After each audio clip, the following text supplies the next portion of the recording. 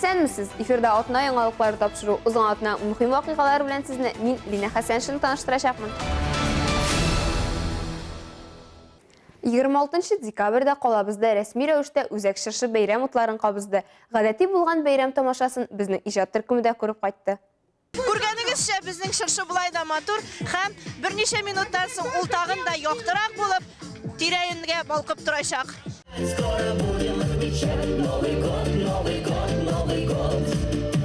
11 градусы суыкта туңмаска Санта Клаустан күңелле флешмоб ярдәм итте. Әйлән-бәйләнең төп кунагы чыршы. Гади генә дә түгел, акробатлар йөри торган махсус таякларда. Музыку погромче! Кич буе бәйрәм майданчыгында аниматорлар, иҗат коллективлары эшләде. Кыш бабайлардан тыш биредә төрле хайваннар, мультфильм персонажлары һәм хәтта йөрүче самоварларны да күрергә мөмкин иде. Кунаклар алар белән фотога төшәргә ашыкты. Барлык кунакларда бәйрәмгә гаиләсе, балалары белән килгән иде. Юкка гына программаны Яңа ел гаилә бәйрәме дип атамаганнар бит. Алар үзләренең тәэсирләре белән уртаклаштылар. Вообще классно.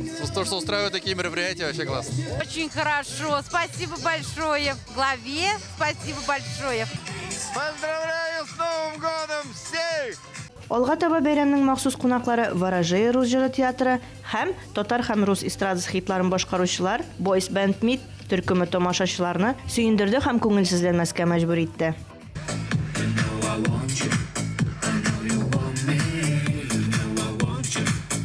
Мондый тылсымлы кичтә Кыш бабайдан башка кая барасың инде? Ул кар кызы белән барысында якынлашып килүче бәйрәм белән котлады һәм чыршы кабынды.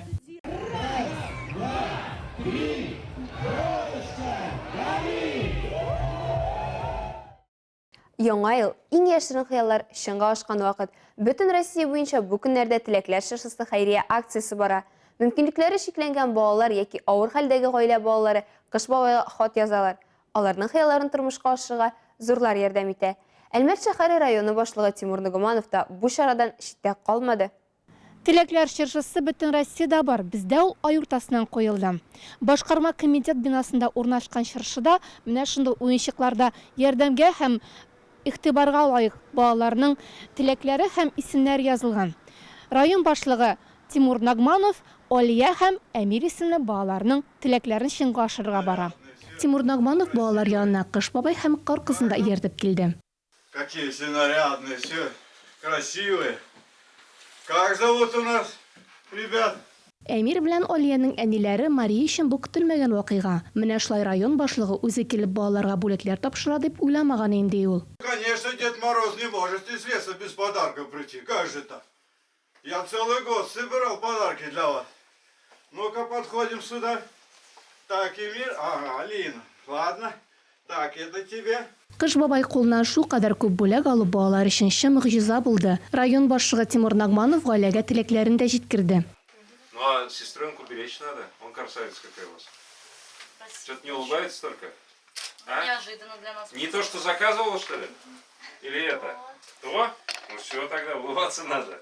Дед Мороз испугалась, Ну давайте, с наступающим Новым годом вас. Рәсем ясарга яратучы Алиягә Кыш бабай махсус планшет бүләк итсә, абыйсы Әмир заманча колонкалы булды. Нравится, кызым? Бик зур рәхмәт, балаларга бик ошады.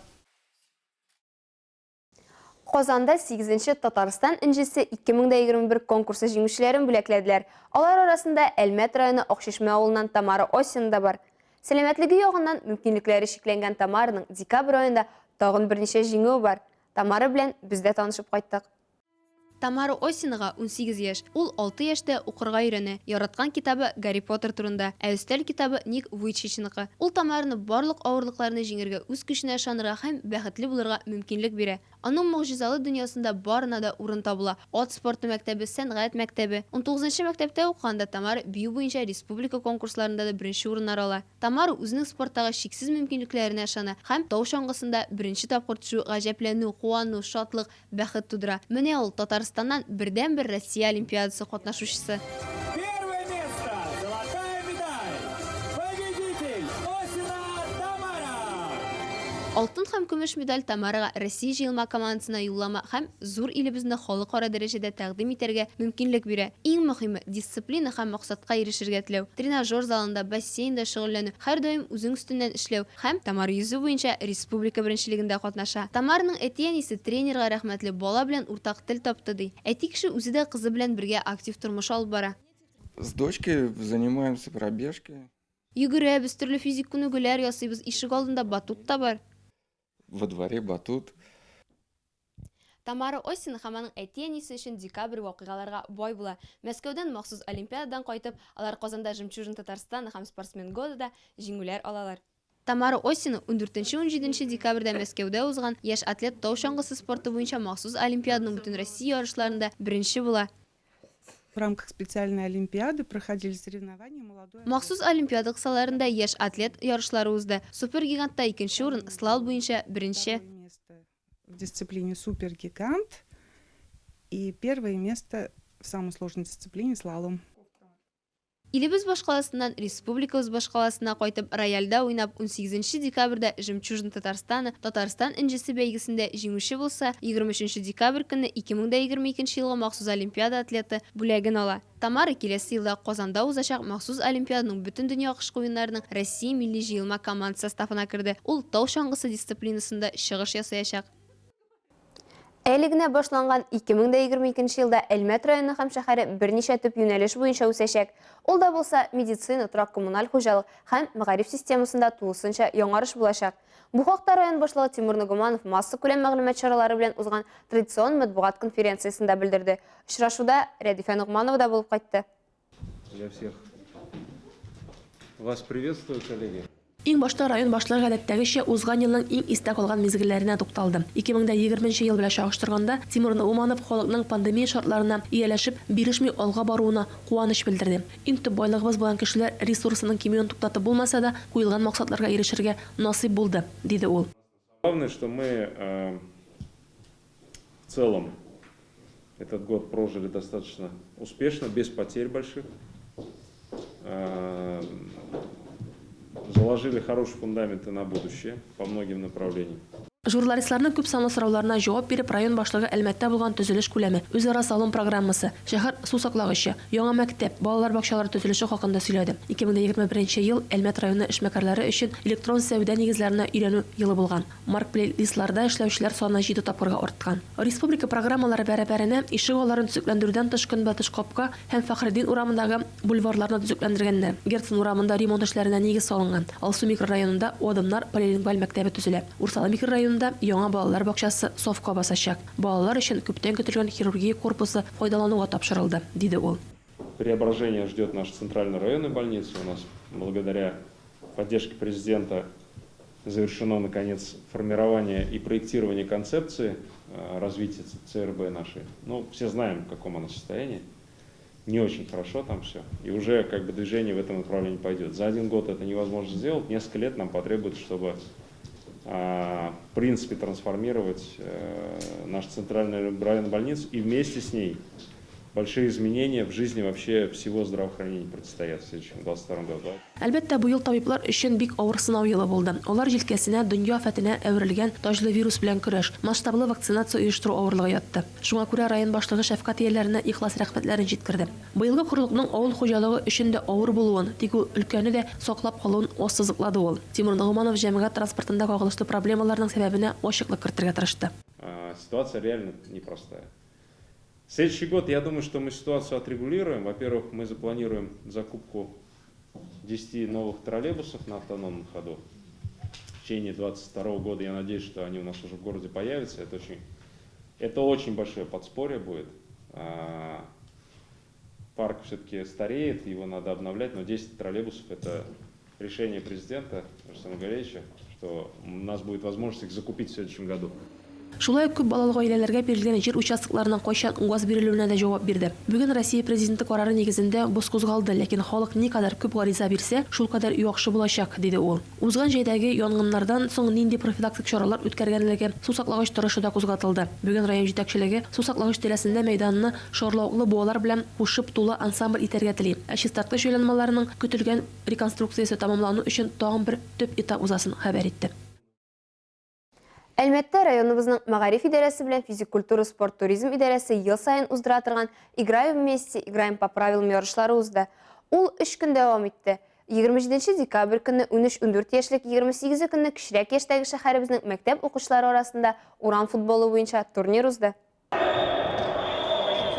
3-3 турниры 3 уенчы уйный, бер запас уенчы була ала дигәнне аңлата. Биредә 16-нчы мәктәптән 5, 1-нче гимназиядән 3, 25-нче, 10-нчы һәм 20-нче мәктәптән 2 команда катнаша. 5-нче гимназия, 2-нче лицей, 6-нчы, 7-нче, 11-нче, 12-нче, 13-нче, 21-нче мәктәптән берәр команда җыела. Узган ел урамда 3 мәйданчыкта бер үк вакытта уеннар барган иде. Быел һава торышын исәпкә алып манежда уздырабыз ди оештыручылар.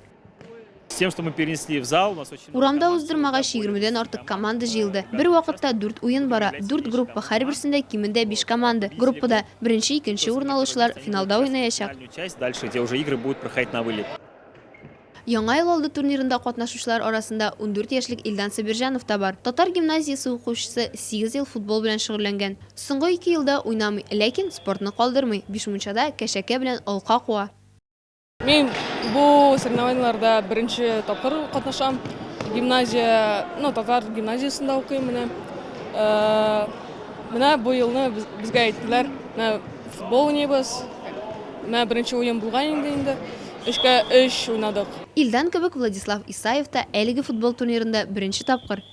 Сыграли 2 игры, одну выиграли, одну проиграли.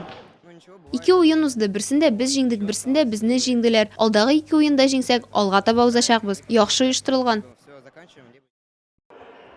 Турнирның оештырылуы һәр катнашучыга ошый. Тәмле ризык, җиңүчеләргә әзерләнгән кубок медальләр, җиңүгә омтылышу ята ди мәктәп укучылары. Я 2008 года. Мин 2008 елгы футболда 7 ел, туган ел буенча уйныйбыз, миңа ошый.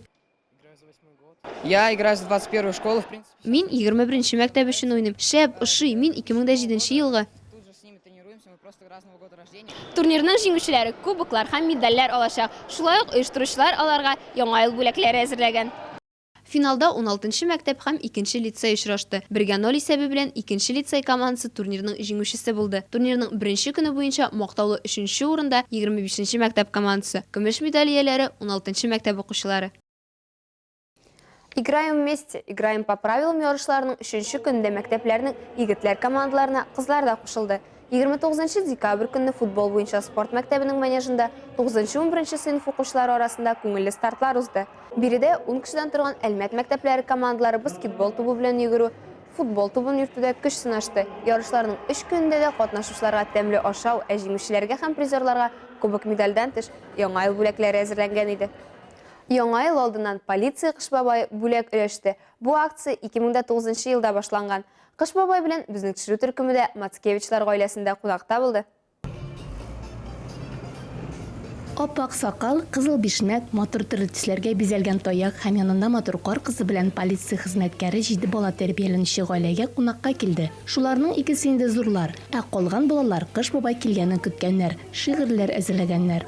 Расскажи стишок. В декабре, все деревья в серебре, нашу речку словно в сказке, за ночь выпустил мороз, обновил коньки салазки. Бала үскәндә төрле хәлләр булырга мөмкин. Бу гаиләдә күп санлы Россия гаиләләренең берсе. Аның да үз мәшәкатьләре. В любой нехорошей ситуации получается хорошая история. Благодаря всему этому мы стали спортсменами.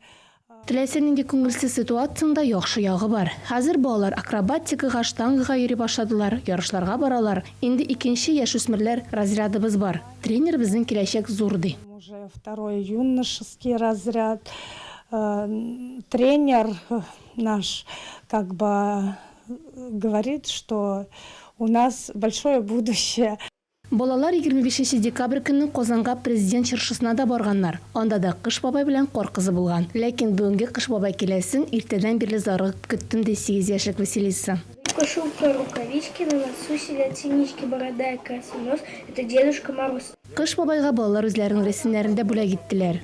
Спасибо большое, что вы так встретили нас, что подготовили, стишки подготовили. Вот Платон, Василиса, подарочки нам подарили, свои рисунки. Спасибо вам большое. Кыш бабай киткәч, Василиса телевизор караучыларга үзенең теләкләрен җиткерде.